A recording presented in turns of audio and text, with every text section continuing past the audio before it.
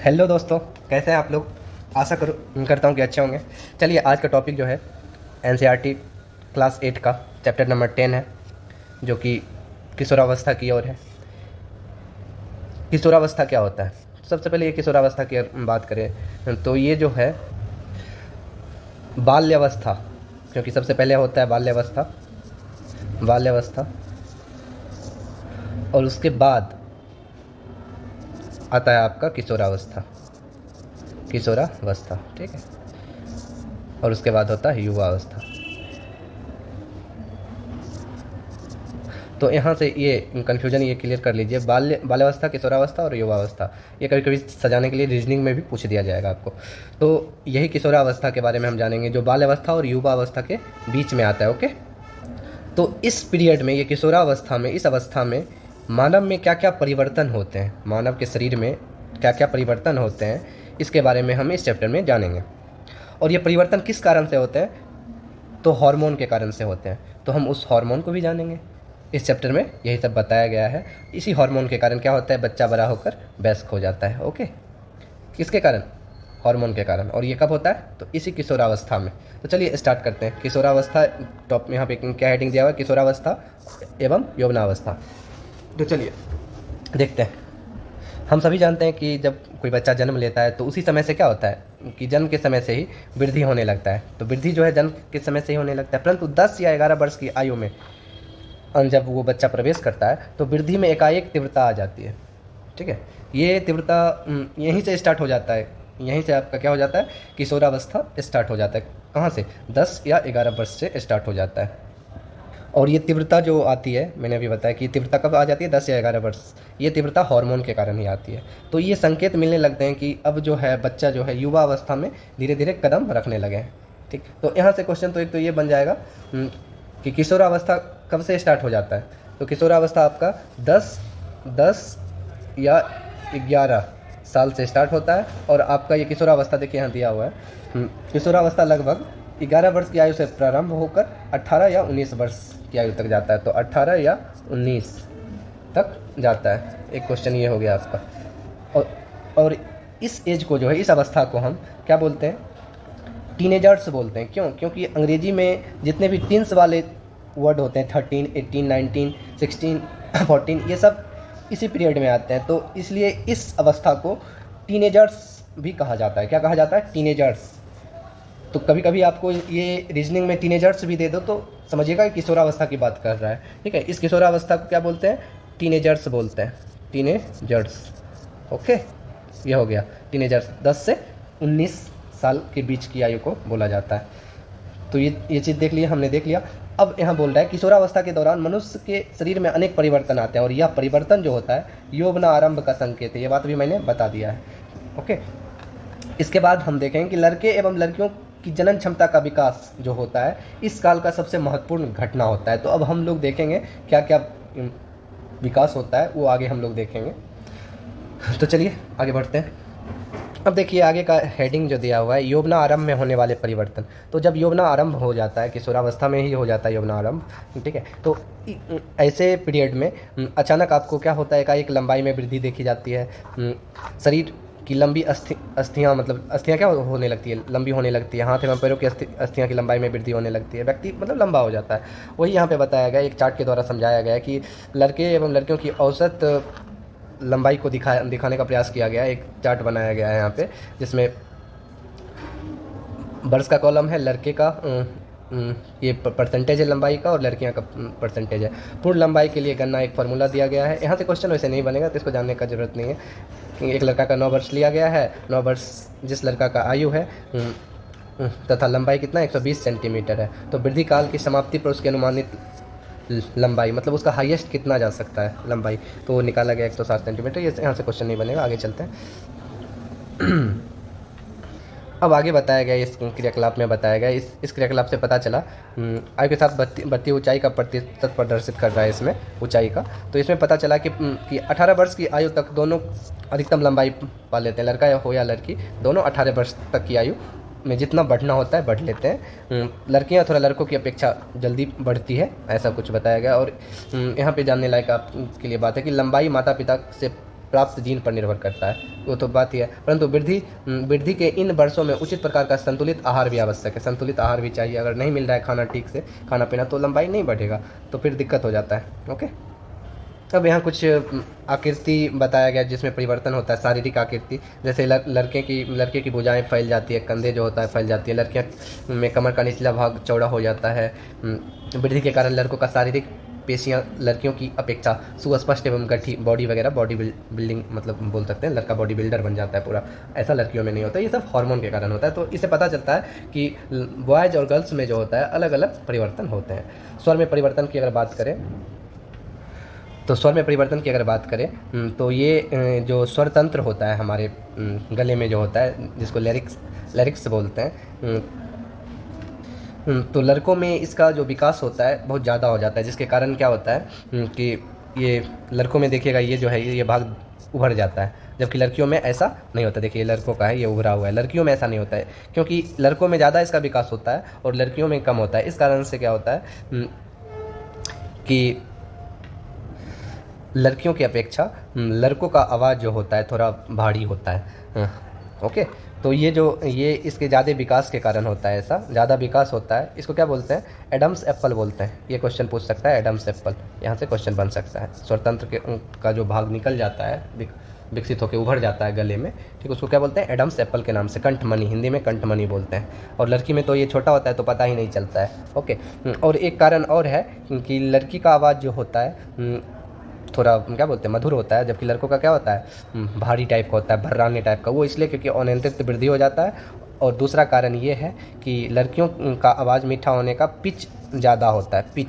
Pitch क्या होता है? ज़्यादा होता है। ये क्वेश्चन भी, तारत्व, इसको तारत्व, हिंदी में तारत्व बोलते हैं, लिखा हुआ है, उच्च तारत्व वाला होता है। लड़कियों में क्या होता है सर? उच्च तारत्व वाला होता है। ओके, और जबकि लड़कों की अगर बात करें तो लड़कों में ऐसा कुछ नहीं होता है, उसका उच्च तारत्व नहीं रहता है, पिच उसका कम रहता है। इस कारण से वो उनका आवाज़ जो होता है फटने जैसा या भर्राने टाइप का रहता है।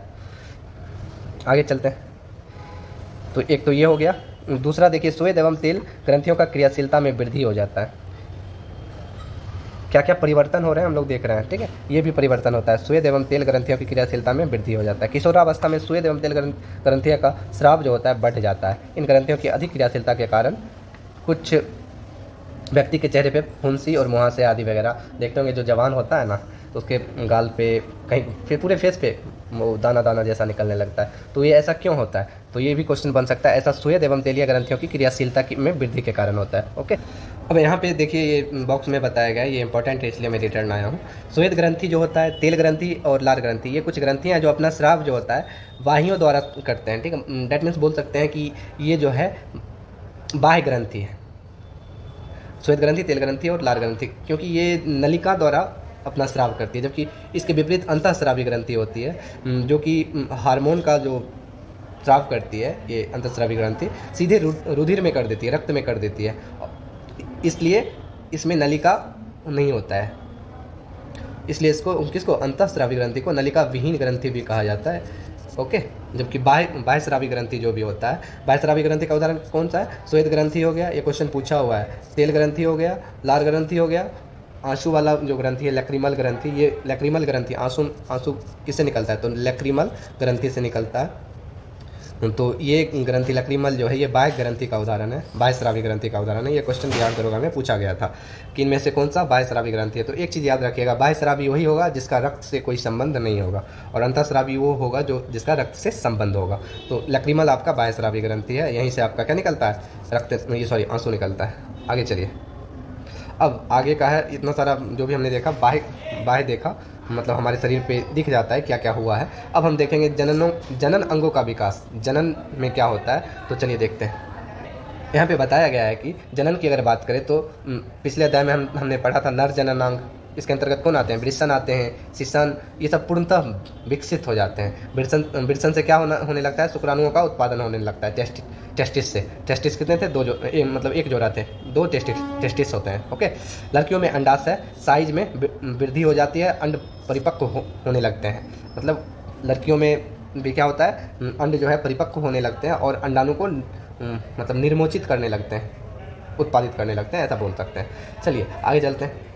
आगे है आपका मानसिक, बौद्धिक एवं संवेदनात्मक परिपक्वता प्राप्त होना। तो ये मानसिक, बौद्धिक और संवेदनात्मक परिपक्वता की बात कर रहा है। डैट मीन्स ये ऐसा अवस्था होता है कि सोचने का ढंग जो है आपका, इसमें भी परिवर्तन आता है। मैच्योरिटी बोलते हैं ना कि मैच्योर हो रहा है आदमी, मैच्योर हो रहा है। तो ये इसी पीरियड की बात है, क्योंकि ये जीवन का ऐसा पीरियड है ना, ऐसा अवस्था है कि मस्तिष्क जो हमारा मस्तिष्क होता है, इसमें सीखने की सर्वाधिक क्षमता होती है। किस पीरियड में? किशोरावस्था में।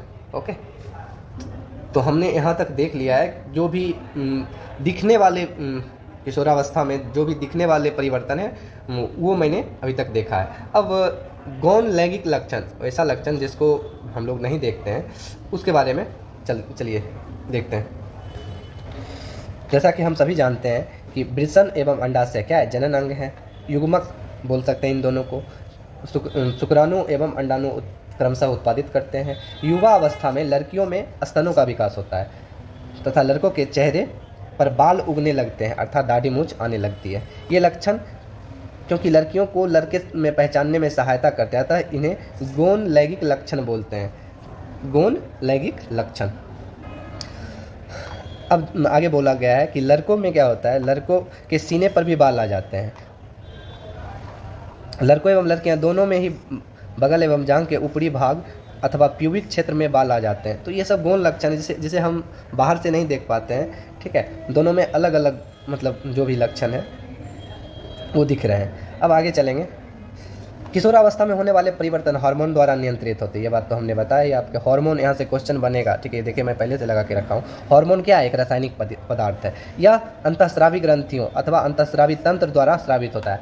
ये हार्मोन जो होते हैं आपके अंतःस्रावी ग्रंथि के द्वारा स्रावित होते हैं, बाह्यस्रावी के द्वारा नहीं, अंतःस्रावी के द्वारा स्रावित होते हैं। और किसकी मदद लेते हैं? रक्त में मिल के स्रावित होते हैं। ओके, यौवना आरंभ के साथ अगर हम बात करें, वृषण जो है पौरुष हार्मोन अथवा टेस्टोस्टेरोन का स्रवन करता है। मतलब वृषण कौन से हार्मोन निकालता है? टेस्टोस्टेरोन। तो पूछ देगा टेस्टोस्टेरोन, यहाँ से क्वेश्चन आपका बनेगा कि टेस्टोस्टेरोन पुरुष हार्मोन है या मादा हार्मोन है? तो पुरुष हार्मोन है। ठीक है, वहीं हम अगर बात करें महिलाओं में जब यौनारंभ स्टार्ट होता है तो अंडाशय जो आपका है, अंडाशय स्त्री हार्मोन जिसको एस्ट्रोजन बोलते हैं। क्या बोलते हैं? एस्ट्रोजन उत्पादित करता है। ठीक है, इस एस्ट्रोजन का काम क्या है?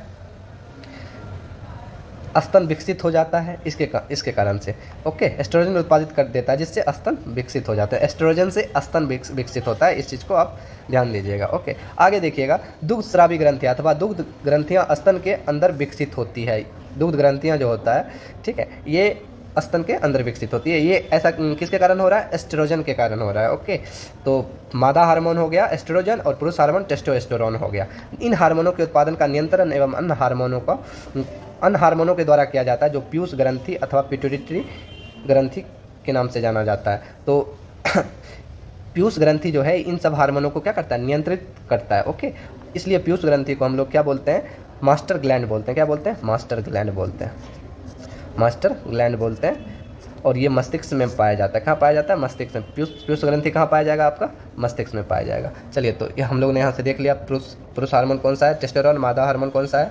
एस्ट्रोजन। और पीयूष ग्रंथि इन सभी को क्या करता है? नियंत्रित करता है। ओके, तो आगे भी वही बताया गया है कि पीयूष ग्रंथि कैसे काम करता है, ये पीयूष ग्रंथि कैसे अपना भूमिका निभाता है। ठीक है, ये वही बताया गया कि पीयूष ग्रंथि जो होते हैं अनेक हार्मोन स्रावित करते हैं। ठीक है, ये जो हार्मोन स्रावित करते हैं, ये हार्मोन अंडाशय में अंडाणु एवं वृषण में शुक्राणु के परिपक्व होने को नियंत्रित करता है। वही यहाँ दिखाया गया है चार्ट के माध्यम से। पीयूष ग्रंथि से स्रावित हार्मोन जननांगों को टेस्टोस्टेरोन तथा एस्ट्रोजन स्रावित करने के लिए उद्दीपित करते हैं। मतलब उसको उत्तेजित करते हैं कि ये हार्मोन निकालिए। अब ऐसा कौन करता है? तो पीयूष ग्रंथि। इसलिए इसको मास्टर ग्लैंड कहा जाता है और रुधिर प्रभाव में स्रावित किया जाता है तथा शरीर के विभिन्न भागों तक पहुँचता है।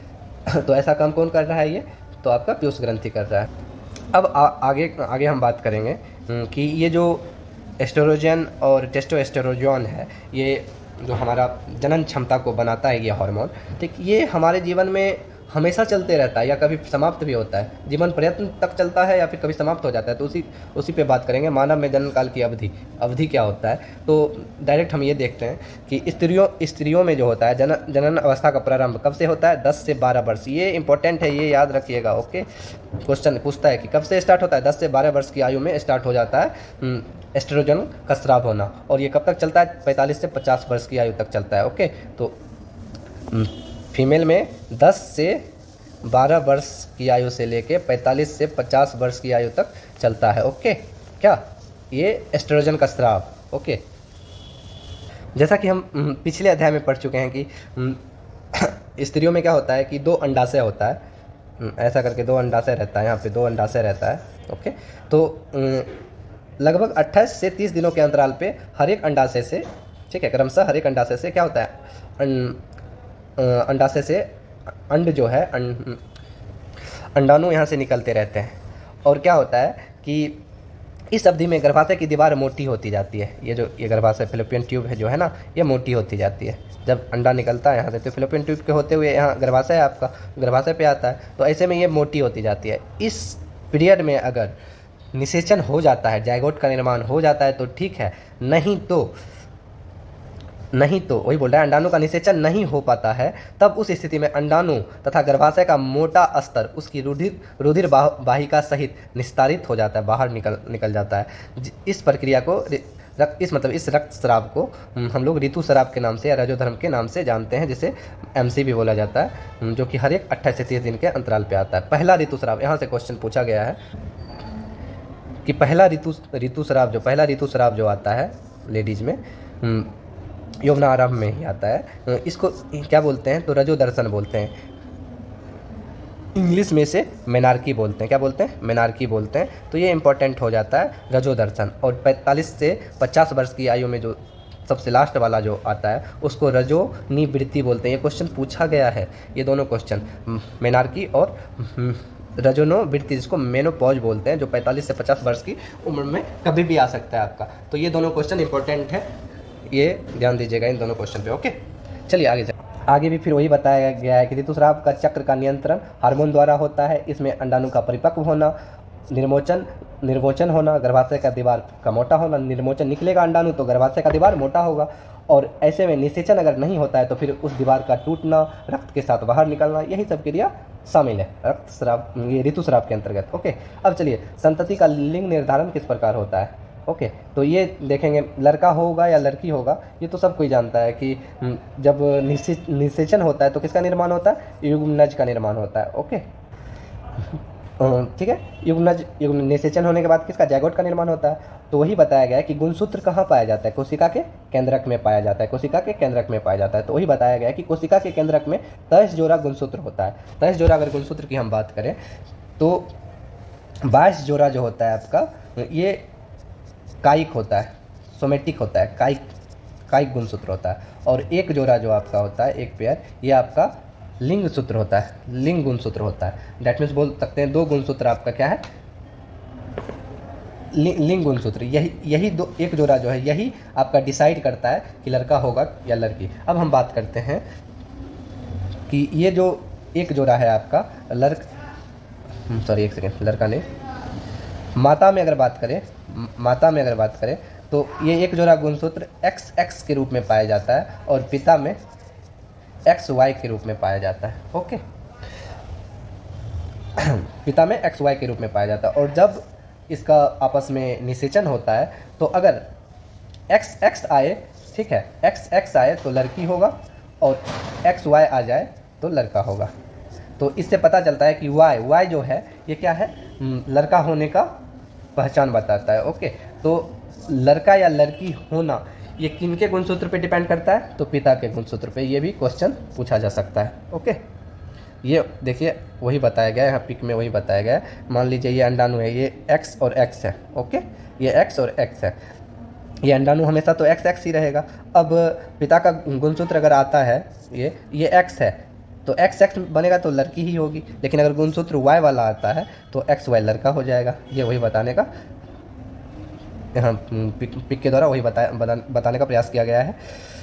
आगे हम जो मैंने बोला कि क्वेश्चन पूछता है, लिंग का निर्धारण उसके पिता के लिंग गुणसूत्र के द्वारा किया जाता है। ओके, यह धारणा कि बच्चे के लिंग के लिए उसकी माँ उत्तरदायी है, पूर्णतः क्या निराधार है एवं अन्याय संगत है, ऐसा बोला गया। अब देखिए, लिंग हार्मोन के अतिरिक्त अन्य हार्मोन की अगर बात करें तो पीयूष ग्रंथि द्वारा स्रावित हार्मोन जननांगों को उनके हार्मोन उत्पन्न करने के लिए उद्दीप्त करते हैं। मतलब पीयूष ग्रंथि का काम क्या है? पीयूष ग्रंथि से जितने भी हार्मोन निकलते हैं वो अन्य मतलब हार्मोन को उत्तेजित करते हैं स्रावित होने के लिए। तो पीयूष ग्रंथि एक अंतःस्रावी ग्रंथि है, ये तो मालूम ही है, जो मस्तिष्क से जुड़ी हुई होती है। ये बात, ये क्वेश्चन पूछ सकता है, पीयूष ग्रंथि कहाँ पाई जाती है? तो मस्तिष्क में। पीयूष ग्रंथि कहाँ पाई जाती है? मस्तिष्क में। ओके, पीयूष ग्रंथि वृषण एवं अंडाशय के अतिरिक्त हमारे शरीर में थायराइड, अग्नाशय, एड्रिनल जैसी कुछ अन्य अंतःस्रावी ग्रंथियाँ भी को क्या करता है? नियंत्रित करता है। ओके, अब देखिए ये पिक्चर के द्वारा दिखाया गया, कहाँ पीयूष ग्रंथि आपका कहाँ है? तो ये मस्तिष्क में है। ये थायराइड ग्रंथि आपका गला में है। एड्रिनल आपका क्या होता है? एड्रिनल ग्रंथि जो है आपका ये वृक्क के ऊपर रहता है। ओके, ये दो है एड्रिनल ग्रंथि। अग्नाशय ये आपका अग्नाशय हो गया, ठीक। अंडाशय ये स्त्रियों में अंडाशय हो गया और वृषण हो गया पुरुष में। ओके, अब आगे देखेंगे, आगे बताया गया कि जिसका गला बहुत फुला हुआ या उभरा हुआ था, ठीक, उसको क्या उसको ग्वाइटर नामक रोग हो जाता है। और ये रोग जो होता है थायराइड ग्रंथि में होता है। कहाँ होता है? थायराइड ग्रंथि में होता है। ओके, ग्वाइटर रोग कहाँ होता है? थायराइड ग्रंथि में होता है। क्यों होता है वो जानेंगे। ओके, चलिए, थायराइड ग्रंथि की अगर बात करें तो थायराइड ग्रंथि थायरॉक्सिन हार्मोन का उत्पादन करता है। ओके, और जब ये उत्पादन नहीं करता है थायरॉक्सिन हार्मोन का, तो क्या हो जाता है? ग्वाइटर रोग हो जाता है। आगे बताया गया है कि मधुमेह से पीड़ित, मतलब मधुमेह के बारे में बताया गया है कि उनका अग्नाशय जो है, अग्नाशय अगर इंसुलिन हार्मोन उत्पादन पर्याप्त मात्रा में नहीं करता है तो कौन सा रोग हो जाता है? मधुमेह रोग हो जाता है। मधुमेह रोग क्यों होता है? अग्नाशय क्या करता है? इंसुलिन हार्मोन का उत्पादन नहीं करता है, इसलिए मधुमेह रोग हो जाता है। ओके, पहला हमने देखा थायराइड, उसके बाद अग्नाशय को देख लिया हमने।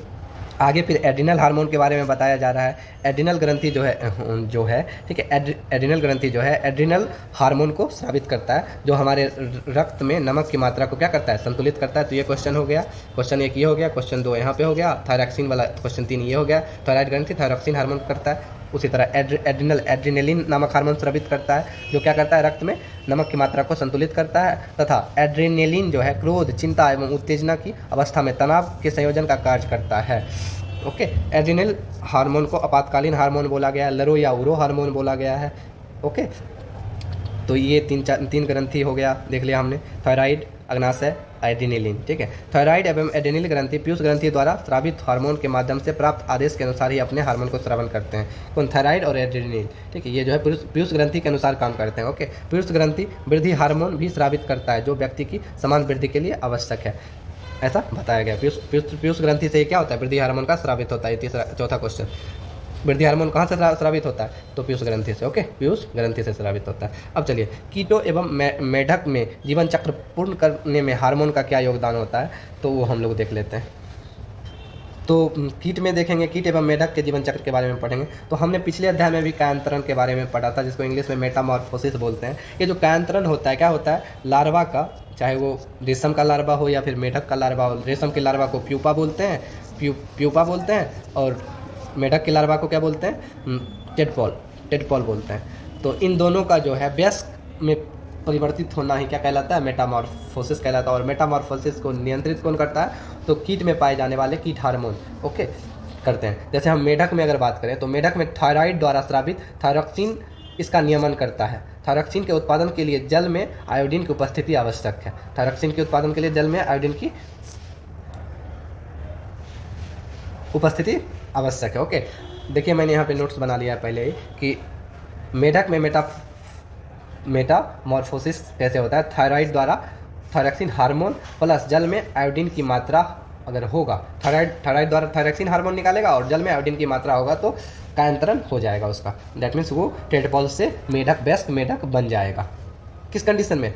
मेढक में थायराइड द्वारा थायरॉक्सिन हार्मोन और जल में आयोडीन की मात्रा होना बहुत ही जरूरी है, तभी टेडपॉल वयस्क मेढक में परिवर्तित हो पाएगा, नहीं तो नहीं हो गया। यदि जल में जिसमें टेडपॉल वृद्धि कर रहे हैं पर्याप्त मात्रा में आयोडीन नहीं है तो टेडपॉल वयस्क मेढक में परिवर्तित नहीं हो सकता है। ठीक है, तो जल में आयोडीन का होना बहुत ही जरूरी है। ये बहुत ही VVI क्वेश्चन है आपका, ये VVI है। ओके, तो मेटामॉर्फोसिस, मेढक में मेटामॉर्फोसिस के लिए क्या होना चाहिए? जल में आयोडीन की मात्रा होना चाहिए। ओके, चलिए आगे देखते हैं।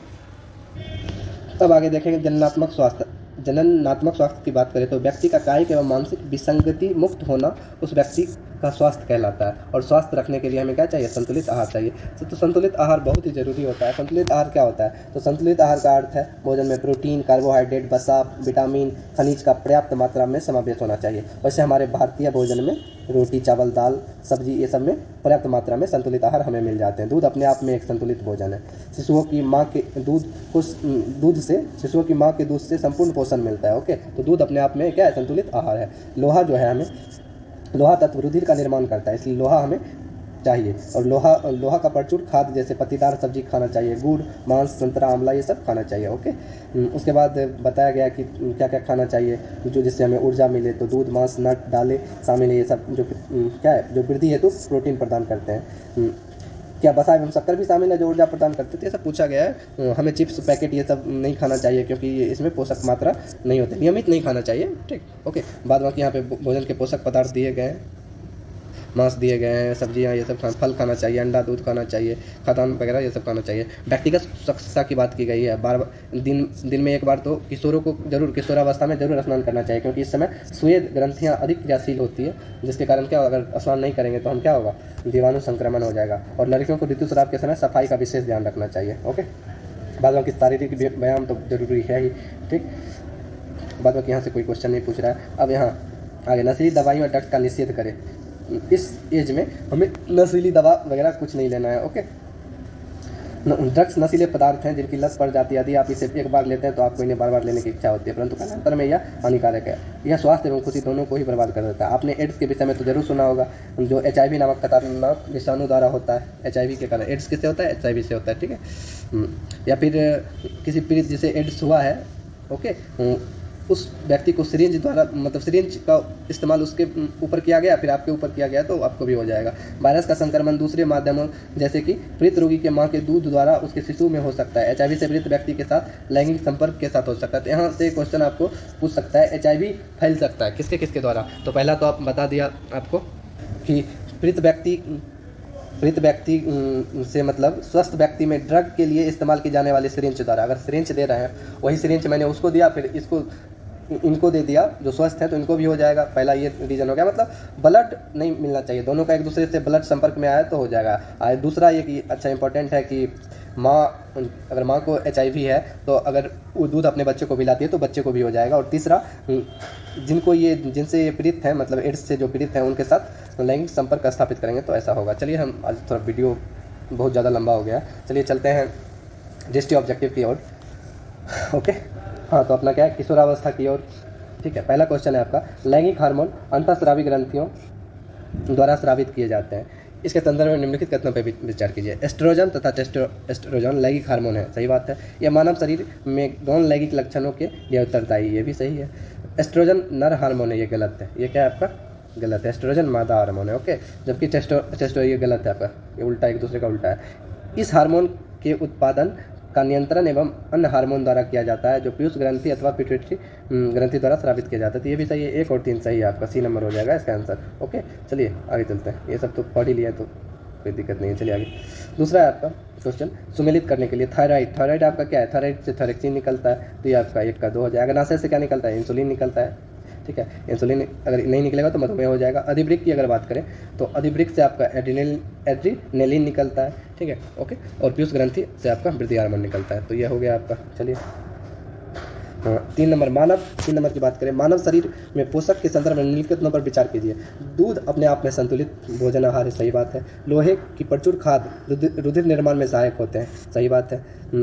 वसा शरीर की वृद्धि के लिए तथा प्रोटीन ऊर्जा के लिए आवश्यक है, तो ये गलत बात है। ठीक है, 1 और 2 होगा, इसका आंसर हो जाएगा B नंबर। ठीक है, थोड़ा देख लेते हैं। कथन 1 और 2 सही है। संतुलित आहार का अर्थ होता है भोजन में प्रोटीन, कार्बोहाइड्रेट, वसा, विटामिन एवं खनिज का पर्याप्त मात्रा में समावेश। जहाँ तक हमारा भारतीय भोजन जिसमें रोटी, चावल, दाल ये सब है, एक संतुलित आहार है। वही दूध अपने आप में संतुलित आहार है। शिशु को माँ के दूध में संपूर्ण पोषण मिलता है। ओके, लोहा प्रचुर खाद्य जैसे पत्तीदार सब्जी, गुड़, मांस, ये सब तो देख ही चुके हैं। इससे क्या होता है? रुधिर का निर्माण होता है। वसा एवं शक्कर, ऊर्जा के लिए, वसा से हमें क्या मिलता है, ऊर्जा मिलता है, जबकि प्रोटीन शरीर के वृद्धि के लिए आवश्यक है। प्रोटीन यहाँ उल्टा दे दिया, प्रोटीन से हमें वृद्धि होता है, जबकि वसा से हमें क्या होता है, ऊर्जा मिलता है। ये याद रखिएगा। ओके, चलिए आगे। जब एक्स गुणसूत्र वाला, चौथा क्वेश्चन है कि जब एक्स गुणसूत्र वाला शुक्राणु अंडाणु को निषेचित करता है तो युग्मनज में 2 एक्स गुणसूत्र होंगे जिसमें सदा मादा शिशु, डबल एक्स होगा तो मादा होगा, सही बात है। ओके, जब वाई गुणसूत्र वाला शुक्राणु अंडाणु निषेचित करता है तो नर होगा, ठीक, सही है। पुरुष में एक जोड़ी लिंग गुणसूत्र होते हैं जिनमें एक्स वाई कहते हैं, सही है। शिशु में लिंग निर्धारण पूर्णतः पुरुष में के गुणसूत्र उत्तरदायी होता है, इसमें महिला गुणसूत्र सब सही है, ठीक है, सभी कथन सत्य है। ओके, आगे चलते हैं। आगे तो ये वही बताया गया, कोई बात नहीं। एड्स की बात कर गया। एड्स खतरनाक एवं संक्रामक बीमारी है, इसके बारे में बताइए। यह बीमारी एक खतरनाक जीवाणु के द्वारा, वायरस है तो कैसे हो जाएगा, ये गलत है। पीड़ित व्यक्ति में, स्वस्थ व्यक्ति में ड्रग के लिए इस्तेमाल की जाने वाले सिरिंज द्वारा फैल सकता है, सही है। पीड़ित व्यक्ति के लैंगिक संपर्क, सही है। पीड़ित माँ के दूध के सेवन से शिशु में फैल सकता है, सही है, मतलब 2 3 4, ठीक है। बी नंबर, सॉरी 1 सेकेंड, इसका 1 और 4 लिया है, क्या बोल रहा है ये, पीड़ित माँ के दूध सेवन से शिशु में नहीं फैलता है, ठीक है, ये गलत है। ओके, ये गलत है, तो 1 और 4, ये बोल रहा है औसत्य कौन है, तो 1 और 4 बी नंबर हो जाएगा। ओके, चलिए अगला चैप्टर है बल तथा दाब, ठीक है, तो मिलते हैं अगले एक्सरसाइज में। तब तक के लिए धन्यवाद। चैनल को लाइक कीजिए, सब्सक्राइब कीजिए और शेयर जरूर कीजिए, क्योंकि थोड़ा मनोबल आप लोग भी बढ़ाइए। अगर अच्छा लग रहा है तो, सब्सक्राइब वगैरह नहीं हो रहा है, थोड़ा कम है तो थोड़ा बढ़ाइए। मिलते हैं अगले वीडियो में। ओके, जय हिंद, जय भारत।